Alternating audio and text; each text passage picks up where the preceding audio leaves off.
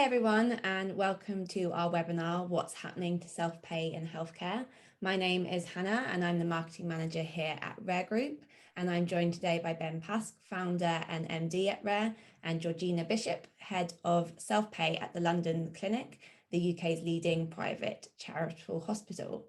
Today, Ben and Georgina will be discussing the research we've done surrounding the shifting behaviours and attitudes towards self-pay in healthcare. There will be a Q&A at the end of the session, so please do send through any questions you have in the toolbar at the bottom of the screen. All of our findings will be also released in our next Rare Insights report, which will be released the week commencing the 25th of October, so please do keep your eyes out for that. I'll now hand you over to Ben and Georgina, who will take you through all of the research we've got. Great, thanks Hannah. Hi everybody. Welcome to the webinar. Hopefully you're in the right place. This is what you're expecting. So what we're going to be taking you through today is a research project that we've been doing with the London Clinic. So we're going to, in terms of the agenda, we're going to give you an intro to the project, so why we did it, what was the motivation, what are we looking to try and understand. We'll tell you a little bit more about the methodology we employed to capture the data and capture the understanding, and then we'll take you through 5 key themes that we found within self-pay in the healthcare market, and that's all around some of the latest trends, some of the latest issues and potential barriers that exist to people by way of accessing things, financing and some of the considerations within the market in terms of how people pay for treatment, discovery. So we're going to explore a bit about how people even find out about this as being a potential route for treatment and some of the considerations that they have. And then we look to the future. What are the sort of things that people are considering? Who are the different demographics who are thinking of this as a viable means to get treatment in the future? If you've got any questions as we go through, feel free to put them in the chat. We'll have a Q&A at the end where Georgina and I will do our best to answer your questions. So, no worries, the kind of topic that you want to cover. So just a little bit about the research. So there's been quite a lot in the press recently about post-COVID-19, what's the impact obviously for the NHS, but then what does that mean for the private market? And it's obviously really interesting. So many things have been thrown up in the air across many different categories and verticals. And of course, we're still learning about what those medium-term and long-term impacts might be. So we're really interested in understanding, well, what does it mean for the self-pay route for accessing healthcare? So this is something obviously at a time when people potentially have pent-up spend. They've been, potentially reappraising their attitudes towards health against other kind of more, I guess, conventional spends in consumer. And does that seem to affect their desire to go get treatment in different ways than they would have done before? So we really wanted to understand what are the levels of consideration towards self-pay as a means for access to treatment. And going alongside this, what even is people's awareness of this? Do people in the UK, do they really sort of understand that this is a potential route to get treatment? And what is it ultimately that's driving them to do this? What is it that's driving them to go get support by this particular means? We want to understand alongside that, what are people's attitudes? So how do they feel about it as a concept? What are they comfortable with? What are they not comfortable with? What's their understanding of it? And I suppose more importantly is, what's the source of information? How do they make the decisions? What are the information points that really impact their decision making? And also around this kind of notion of funding. How do they pay for it? What do they understand about how they can afford to get into this if they choose to do so? So there's lots of different things that we wanted to investigate and understand. And alongside that, we also looked at aspects like wearable technology, different demographic behaviours across all these different dimensions. There's plenty of stuff that we've got. Today within the webinar, of course, we're going to deal with the highlights, but as Hannah mentioned earlier, we'll be releasing a report in a couple of weeks, so we'll have plenty of information there for you to read in your own time. So we interviewed 1,500 people in the UK. The data was representative of the UK population. So in terms of how that splits out, we interviewed 51% female, 49% male, and then this is how it's split out across the different age groups around the UK. And of course, we've ensured that the data is representative of the different regions around the country as well. That's just set up in terms of the data collection. The data collection actually ran in the last 4 weeks, so it's quite recent data. In terms of the headline findings, I think what's really kind of curious about this is just, you know, how many people in the UK actually see self-pay as a viable option for them. And we found that 42% of those in the UK, so 2 in 5 people, see self-pay as a viable option for them.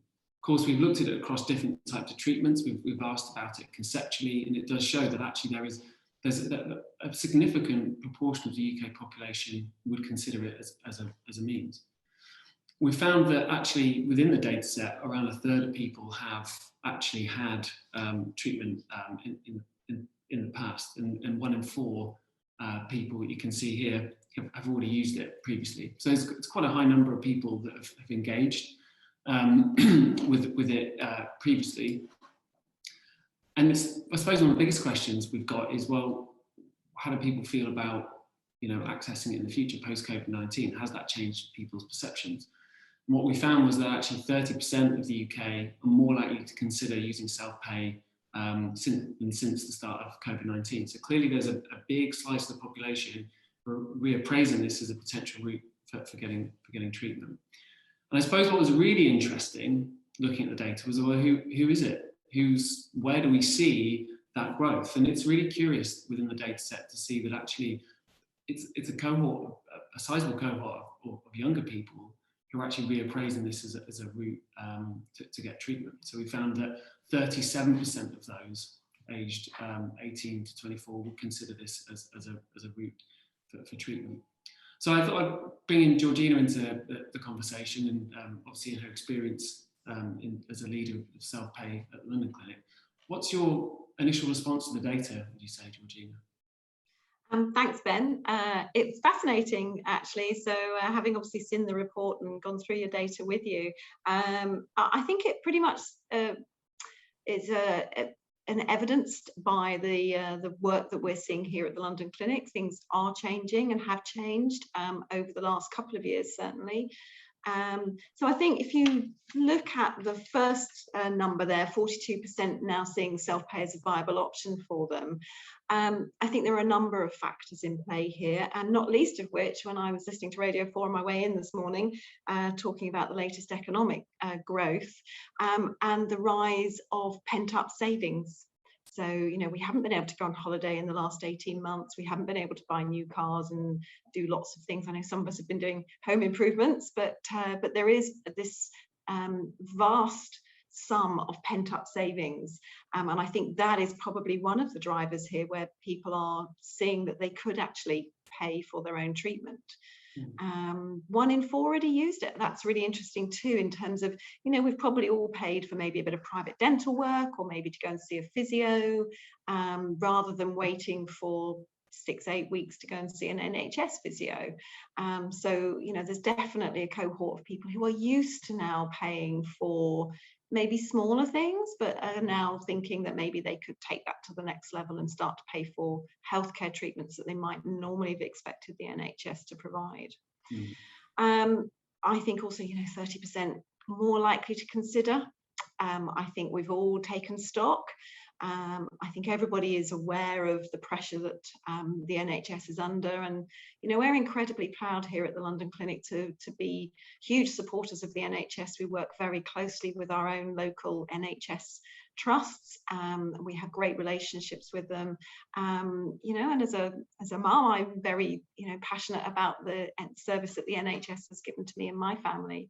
But you know, there are things that we can do, and we can relieve the pressure on the NHS if we can fund our own treatment. The 18 to 24 thing is very interesting, as my children fall into that demographic, and they are very used to accessing things now. They are the, you know, instant generation, and they, you know, they're perhaps not as wedded to the NHS as we are. Historically, they've probably not experienced it too much. And so therefore they expect treatment now if they're not feeling great, or they want to do something, they want it now. So yeah, that's I can see why that might be where those statistics have come from. Yeah. I was wondering actually, because we've seen this change within those 18 to 24. I was wondering whether, if you take a bit of a bird's eye view, have you seen a change in the type of cohort of people who are seeking access to healthcare through self-pay at all? Yeah, so I look after the self-paid function here at the London Clinic, and I run teams that actually manage the telephone calls from patients and the web inquiries from patients. So we're right at the coalface of hearing what patients are telling us. And we're definitely seeing, it is a younger, we are definitely seeing that side of it as well. We've always had the privilege of serving what I've always termed as a traditional Harley Street cohort of patients, and that has been our bread and butter, as it were, in the past, but that is definitely shifting, and people are now moving towards a younger cohort and people that are diverting from the NHS. So we're definitely seeing a change of the type of patient that is now considering private healthcare. Yeah, interesting.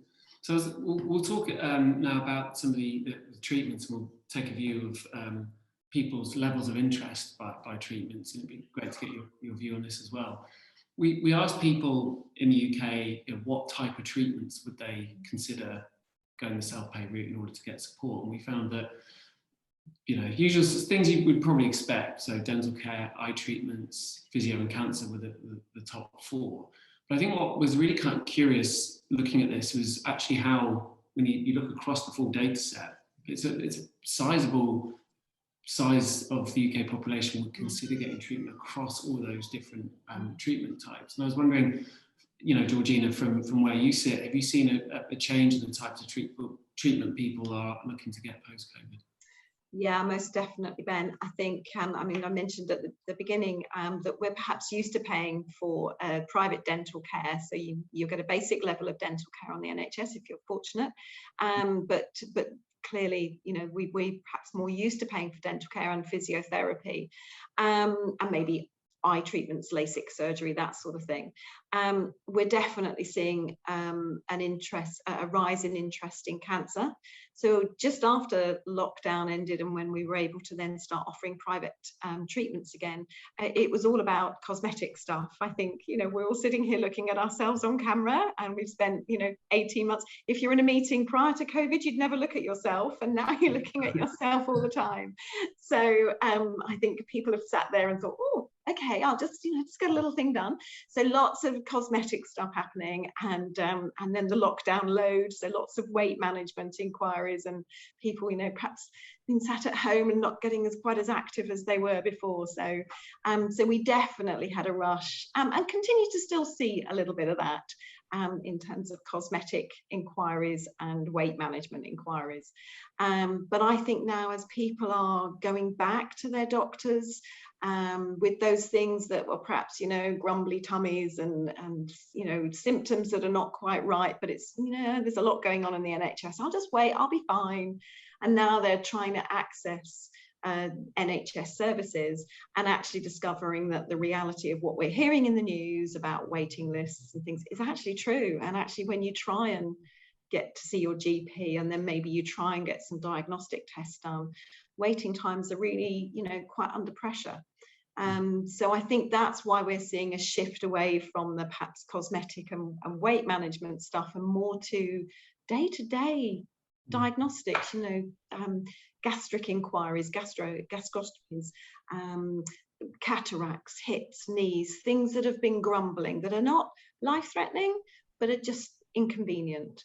I think the NHS does a great job with the life-threatening stuff. Their cancer pathways are amazing, but we are definitely seeing an increase even in cancer, where people are, concerned about maybe going and worried about a waiting list. So we're seeing a shift towards more day-to-day stuff. Yeah, and are you seeing within that as well, is this a shift towards sort of a greater variety of things at this point compared to? Yeah. Yeah, I mean, we're very fortunate here. We are a full service hospital, so we cover most specialties. So we've always had a wide range of services and treatments that we're able to offer. So it's always been a spread. But I think in terms of self-pay, it's definitely, it is more spread than it used to be. And it is those maybe looking at a diagnostic test, so maybe an MRI or a gastroscopy or a colonoscopy. So those types of things, we're definitely seeing inquiries about, well, I've been to see my GP, he says I need this, but I don't want to wait 6 weeks, 2 months for an MRI, so I'm just going to go and get that done privately. Yeah. So we're definitely seeing the pressure of the NHS is widening the nature of the inquiries that we're getting. Interesting.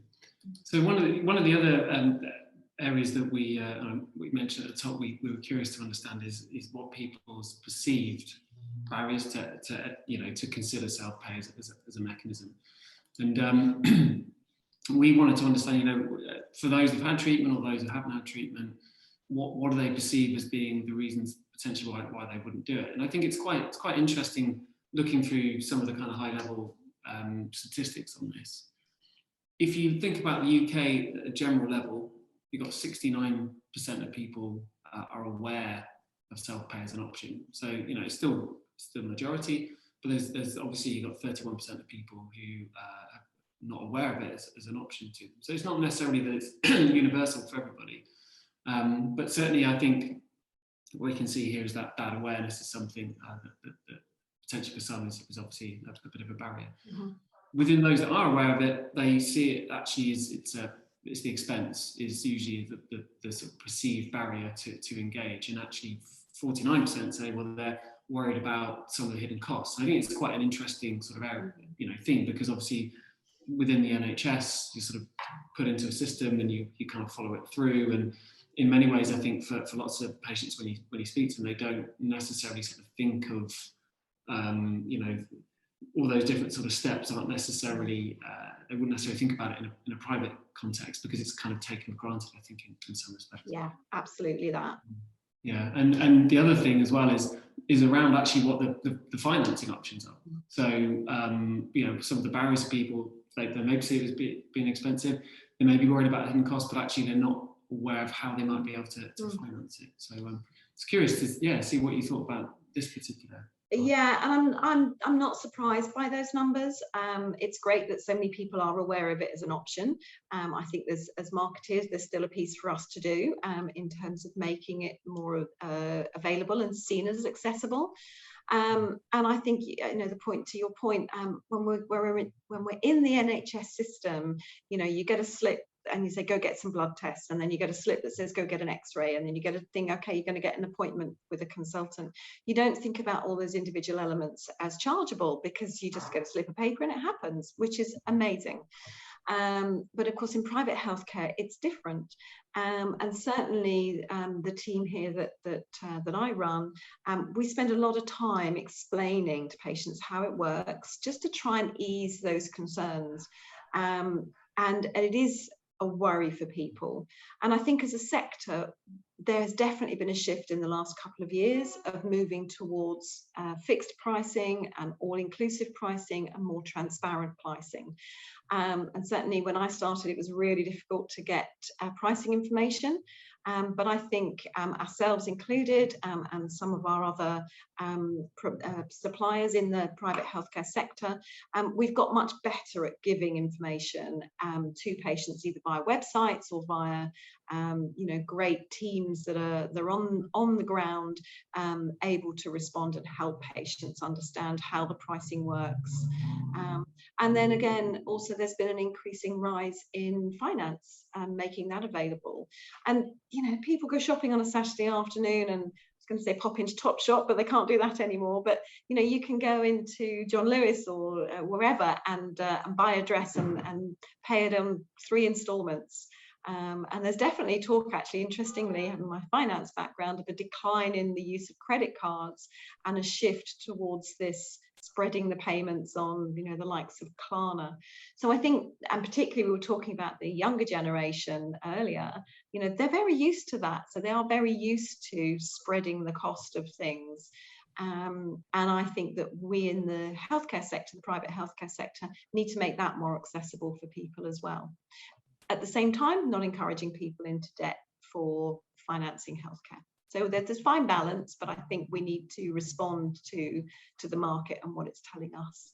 Yeah, great. It brings us on to the next topic, actually, which is actually more some of the things we found with financing. And I think what's quite interesting looking at this, I suppose, this sort of issue or this topic is thinking about, people's awareness of, the means to finance things. So we found that 51%, so the slight majority of people were unaware, for example, of 0% financing options, and for a sizable proportion of the population said, well, it's actually more about flexibility. So being able to have kind of options to finance things is quite important for them. Yeah. It's also quite interesting, we haven't included it on the slide, just the number of people who actually said that they would prefer to pay for things in full in advance. And it's quite an interesting one, because compared to other sectors, you generally sort of find people go, well, I prefer to sort of pay at the end, or when I've had things done. I think that's the pent-up savings thing. So people have got money burning a hole in their pocket. So that some people want to go and spend, which is great. But I think we've talked about this in the past in terms of if my mum needed her cataracts doing, and she's late 70s, early 80s, she won't thank me for telling the world that, but anyway. If she needed her cataracts doing, and the waiting list is a couple of years for that, that's quality of life for her. And I might be able to finance that for her and make that happen in the next month. And actually that's about quality of life. So I think finance is not just for me getting treatments, it's for my family, and being able to do that, and being able to enable quality of life for those around us that we love, and making life easier. Yeah. And do you think the sector has got some improvement to do around providing giving provisions in financing, or what's your kind of I do think sometimes we are very traditional. I mean, the clinic, we have an amazing legacy and history here, but there is a market for this, and I think the demand is there, and actually we can help people get better, and that's what healthcare is about. We go into healthcare because we want to help people, and by providing finance, maybe that's another way that we can help. Yeah, sure. Interesting.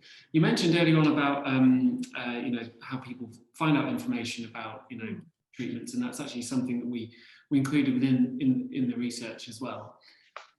We wanted to understand, for people who are considering self-pay as a route to market, then, well, how do they discover about it as an option? Who do they trust? Where do they get their information from when they inevitably self-diagnose, as many people do from home? I've been guilty of it, and it's interesting looking at the data, and I think this is probably, well, me personally, was one of the kind of biggest findings of the research we've done together, because you got 83% of people saying they would trust information from doctors, and you've got 53% of people who say they'll trust Google for information, which is probably a bit of a ways. Particularly, I think the kind of irony of it actually is that when we looked at the stats, we've got 53% of people saying they trust information from Google, but actually when it came to websites of different kind of generic healthcare providers out there, that it was a lot lower. So there's something about sort of the sort of heightened level of trust that's fallen to Google, despite all the obvious data privacy concerns they've had over the last couple of years. You got 41% of people say they would trust their friends and family in making that decision. I've seen that with my own father, who got his hip replaced. He decided to go through self-pay, but it was getting a recommendation from a friend was what drove him to do it. Yeah. And I think the last thing was really interesting was just this role of social media, because in the last probably 18 months, obviously, we've had quite a lot of conversation around misinformation on social media. Obviously, a lot of the tech companies aren't really doing enough about that. And it's this kind of paradox where you've got 74% of people saying, well, they use it daily or a few times a week, and yet 16% of people will trust it for information for healthcare. So it's interesting, you know, the kind of media sort of portrays, you know, for example, the anti-vax movement as being quite a kind of prevalent phenomena, but actually, you know, sort of 16% of people saying that they would trust information for social media. I was wondering how do you feel about these stats? You know, what's your kind of view on things? This is my happy slide. I like this. This is a good slide. I think that I'm delighted that 83% will trust doctors and GPs. You know, we have an amazing healthcare system in this country. We're blessed, and having lived and worked abroad in other regions, that's not as easily accessible as it is here in the UK. So we're blessed, and 83% trust in doctors and GPs for information is fantastic. The Google one, or the skipping Google, I'll come back to that in a moment. The friends and family, you know, my friends laughingly call me clinical nurse specialist Bishop because clearly I work in healthcare, so I know everything. So they will regularly come to me, which is funny. But you know, I have access to a lot of information, and I have some access to some great consultants and other healthcare professionals. So that's good. People do regularly come and ask me, and I think you're right. Like your dad, you know, it's if you've have been out and a friend of yours has had something done that you know you're going to get done, then you'd want to, you know, we use review sites all the time now, so you know, we trust what other people say about things. The 53% for Google is really interesting, and I think we tend to think, when we think of Google, we tend to think of, you know, random websites. But actually, the NHS website is fantastic. It has some amazing information on it about all sorts of things. And then if you think about some of the other charity organisations, and Macmillan immediately springs to mind, you know, if you've been to see your doctor and you're worried about a lump and you get something diagnosed, they have so many resources. So actually going on to Google and using that as a route through to some really professional information is a great source of information. As I say, you can self-diagnose by the internet. I wouldn't recommend that, but if you have had a diagnosis, there is definitely some really good quality information out there. But you know, I was going to say buyer beware, but just, you know, go and make sure you're checking your sources. And then the social media thing, that actually makes me happy that it's only 16% that would trust that. I do have a concern, you know, as a mother of a daughter, I know the impact of social media on particularly that young cohort that we were talking about earlier. And I would really recommend that you consider other sources for your discovery at this point. Yeah, well, do you see a particular, you know, role for social media in that context? You know, how do you kind of view the role that it plays? Yeah, I suspect that it probably has an impact on the increase in cosmetic inquiries, which worries me. That's a whole other topic that we can probably spend lots of time talking about. But I am concerned about the fake news and the anti-vax stuff, and you hear some horror stories.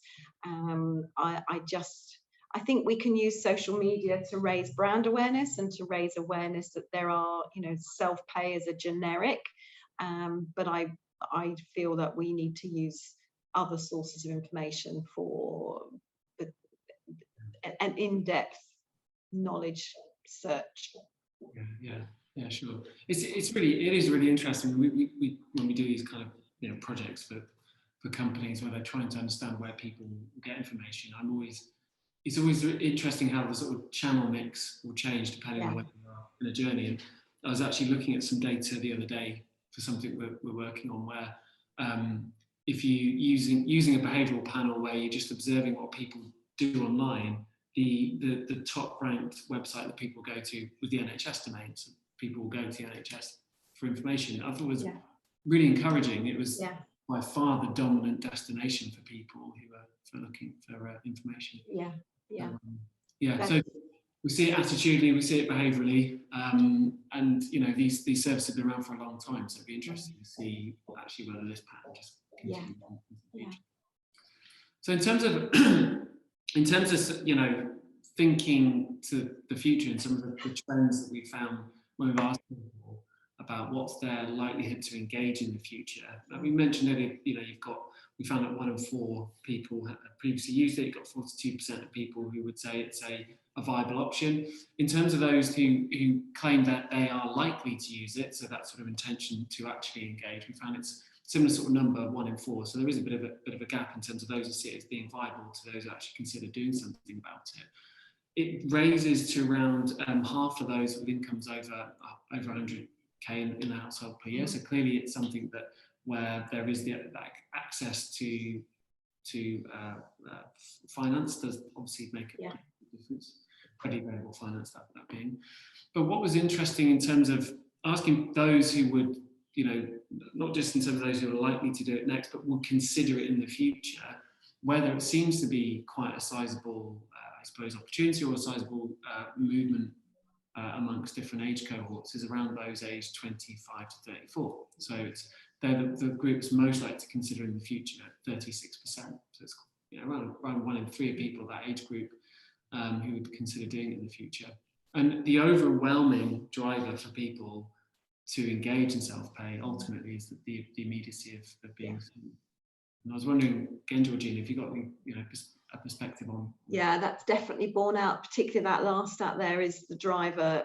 A lot of the inquiries, the shift in the nature of the inquiries that we're seeing coming through are, I've tried to get to the NHS, and there is this group of patients within the NHS that are looking at diverting. And if you think about it, you've got 4 or 5 touch points within the NHS where you have to wait. So you have to wait to get a GP appointment, you have to wait to get some blood tests, you have to wait to get an X-ray or an MRI or diagnostic test, you have to wait to see a consultant, then you have to wait for your surgery.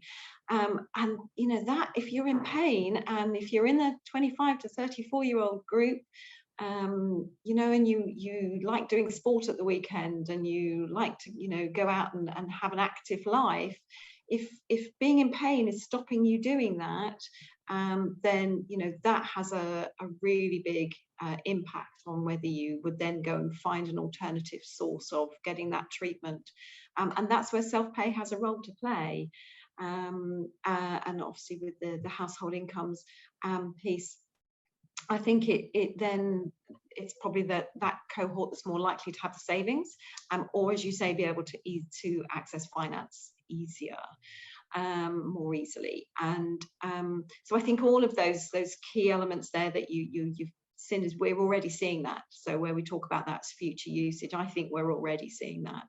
And with the team that we have in place here, the nature of the phone calls that we're getting is exactly bearing this out, is that I need treatment, I need it now, I'm in pain, it's stopping me living my life and having a quality of life, whether I'm 25 to 34 and want to be out there doing Tough Mudders and doing all those things that 25 to 34-year-olds do, or whether I'm at the other end of the scale, as I mentioned, like my mum and your dad, with their hips and their knees and things starting to fall apart, that I don't want to wait either, because I don't want to be in pain. And it might be that my mum wants to spend time with her grandchildren, and if she's in pain, that's not fun. And so I think whilst this is future usage, I think we're already seeing that, and I think that's the direction of travel that we will go in, as we're about to hit the winter. There's already talk of a bad flu season. Pressures on the NHS are not going to go away. We still have a pandemic that's going to continue, certainly for the foreseeable future.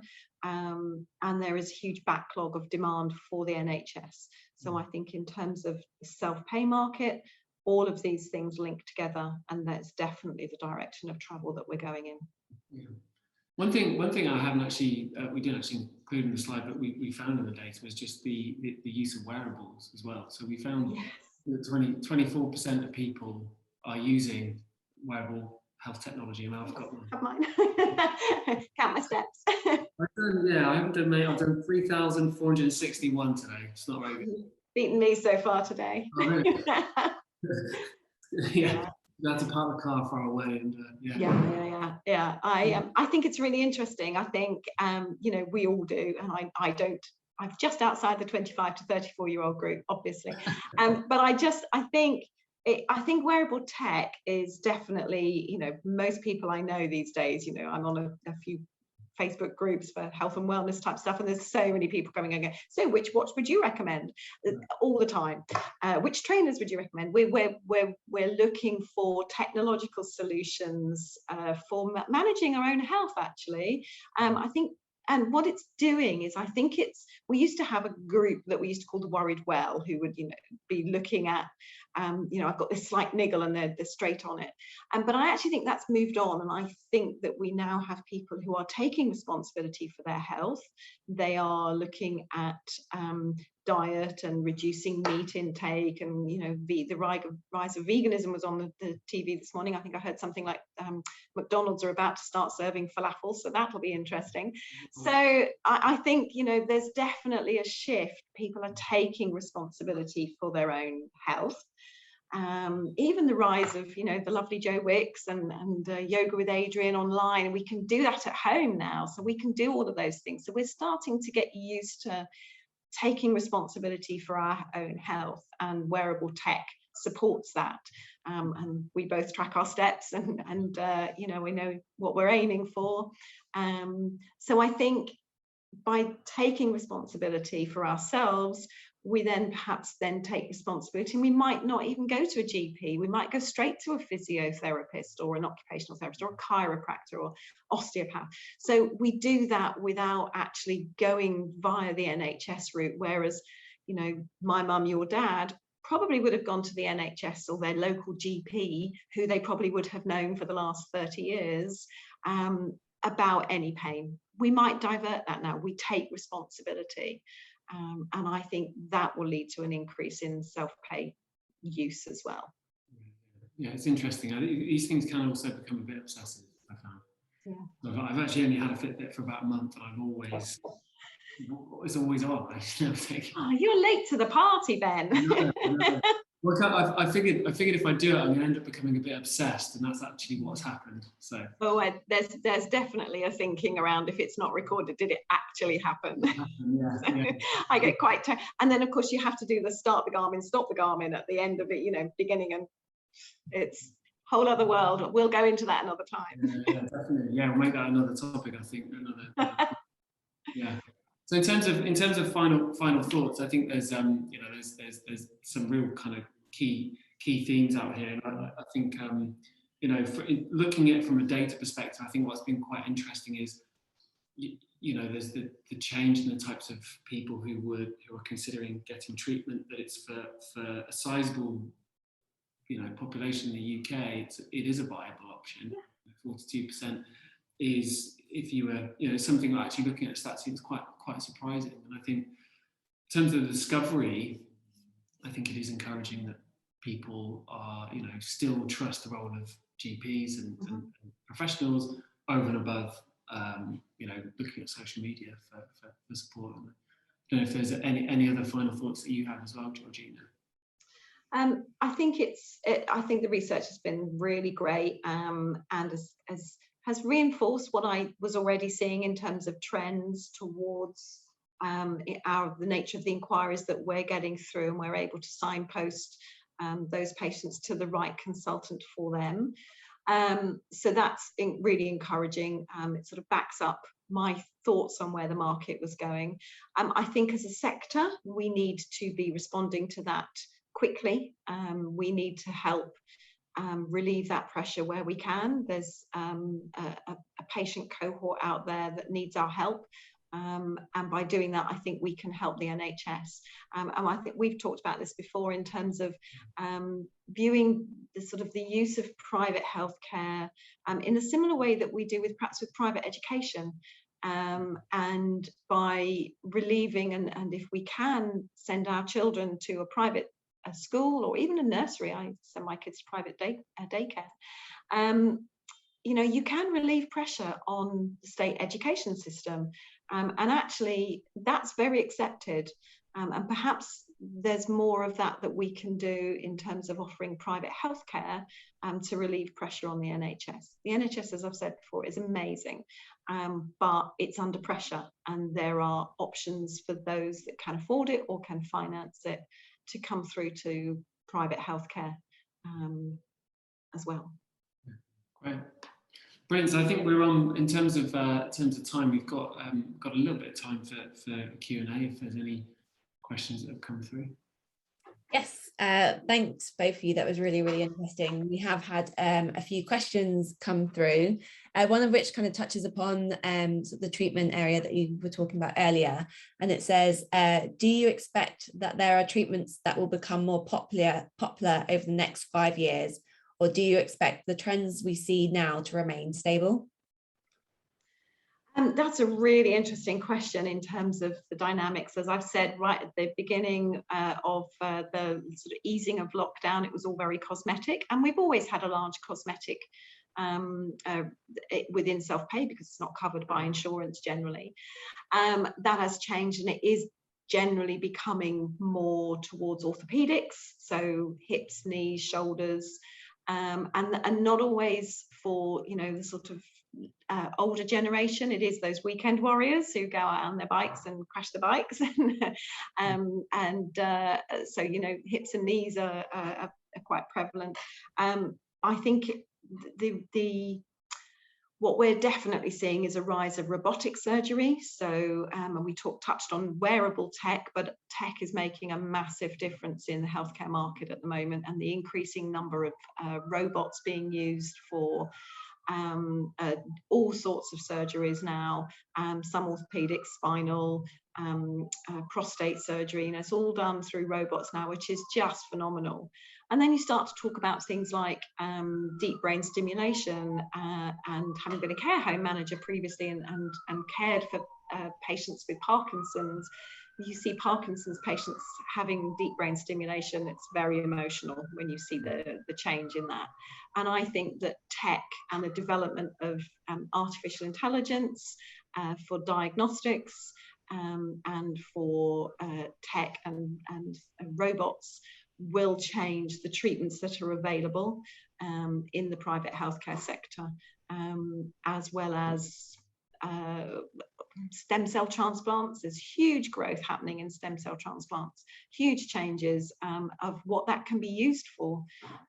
So I think that will make the shift. I think initially the pressure on the NHS will push people towards self-pay for the day-to-day stuff, but then I think that the increase in tech and solutions using tech will also then make a change in the type of treatments that people come and seek out. Okay, great. So we have another question, which is self-pay communicated well enough in the wider world? It's perhaps wrongly seen as a domain of the wealthy, but do patient numbers and waiting times prohibit your ability to market more broadly and actively?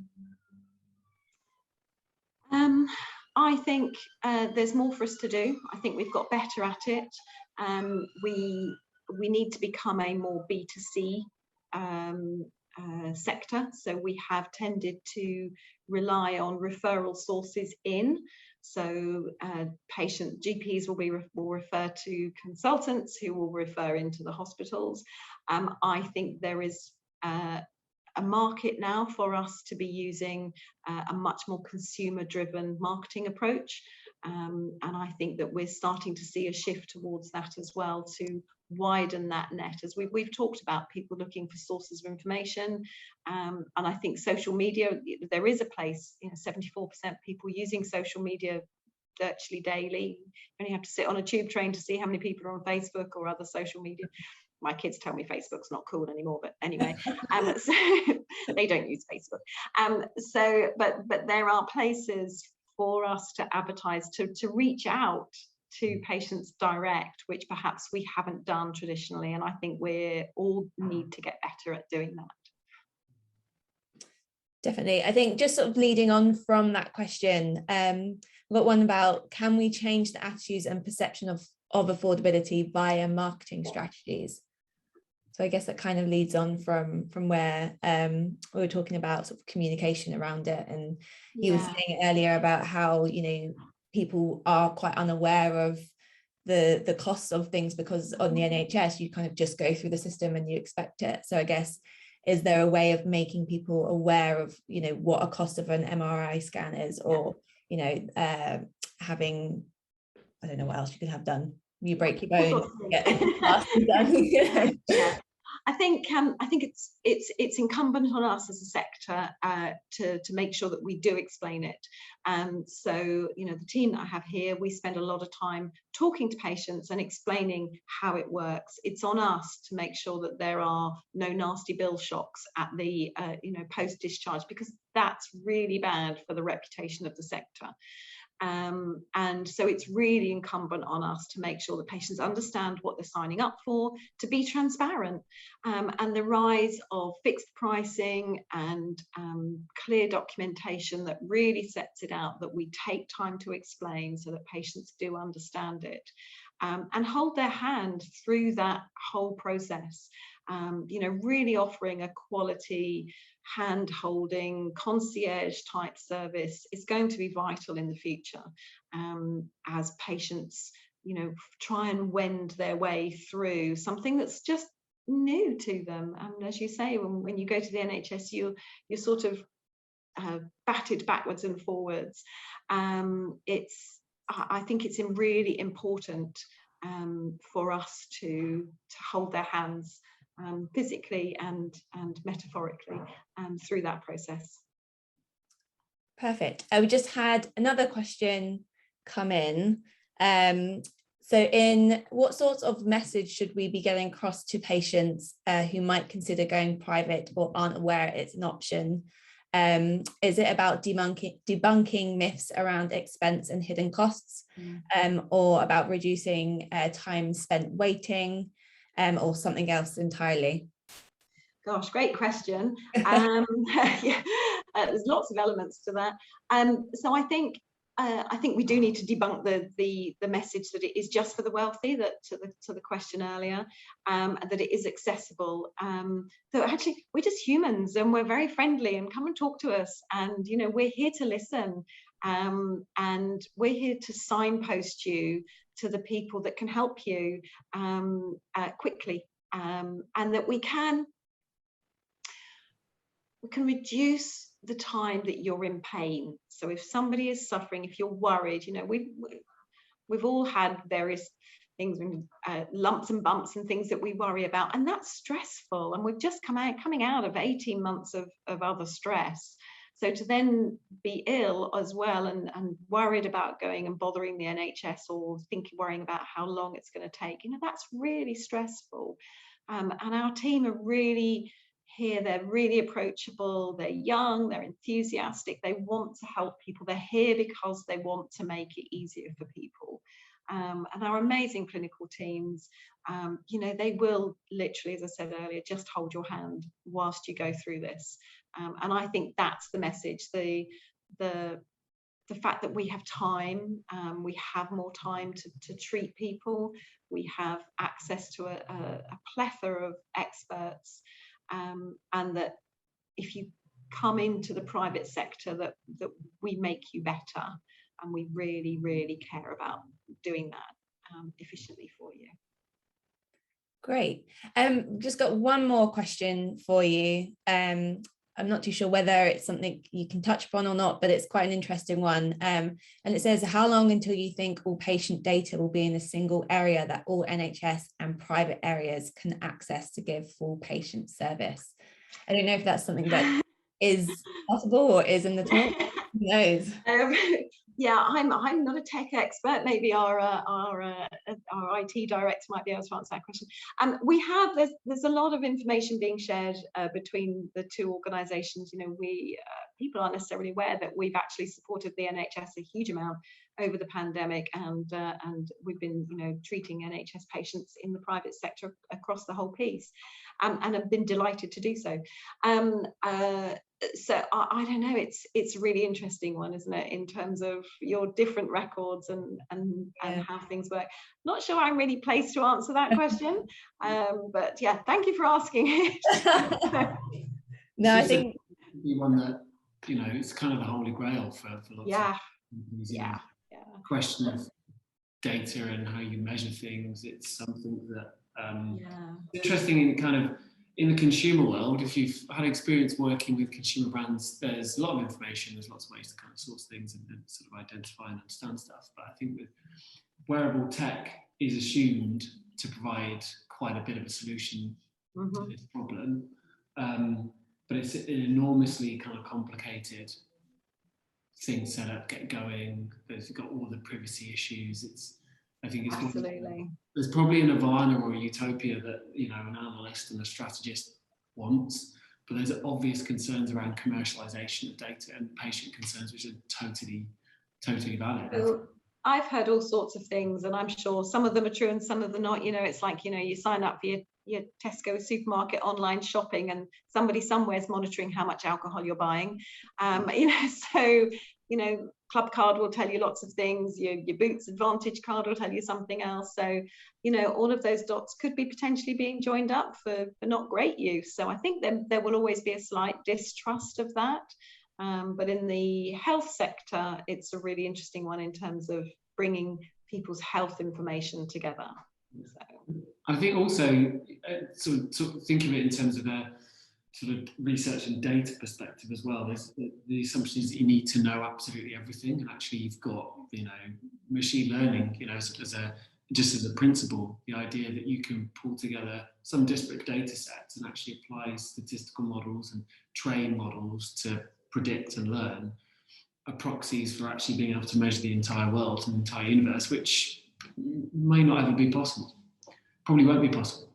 So there's other techniques that you can use to sort of get a better understanding. Yeah, I think that's probably a bit beyond me today. Great question. Thanks for whoever asked it. Really interesting question.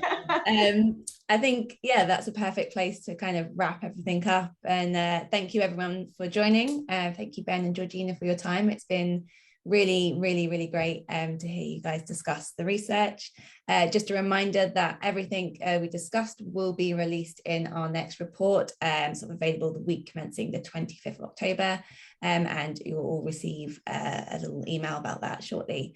Thank you again, and have a lovely day. No worries. Thanks so much. Bye. Bye.